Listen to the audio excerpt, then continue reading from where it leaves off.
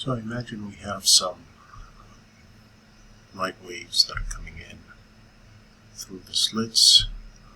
Because of the interference, we're going to have some maximum points at a point Y, and we'll have other bright fringes at Y2, Y3, and so on. So at some point, if we want to find the distance between adjacent maximums, we can think of the geometry of this. And if you look at the triangle with the dotted lines, you'll see that tangent theta can be approximated by y over d.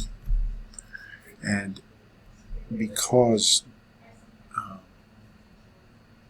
the distance to the screen is going to be much larger than the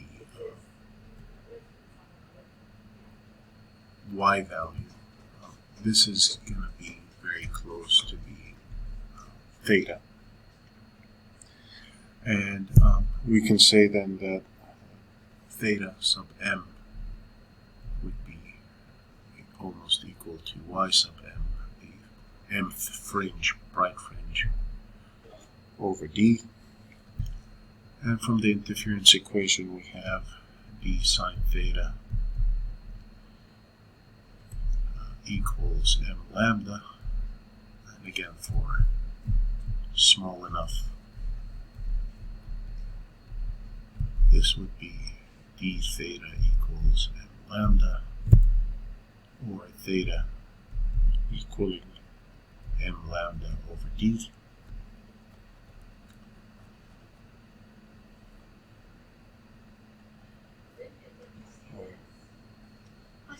And we know that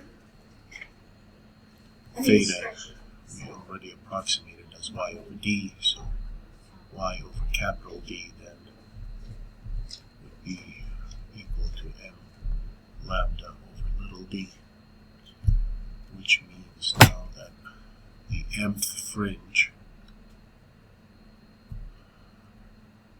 is going to equal m lambda capital D over little d.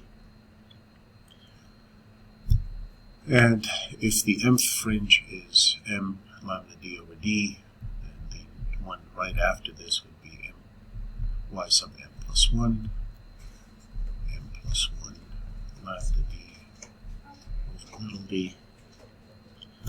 So the change in distance between them, or the difference, would be m plus 1 lambda capital D over lowercase d minus m lambda d over lowercase d, or this is the same as lambda capital D over little d,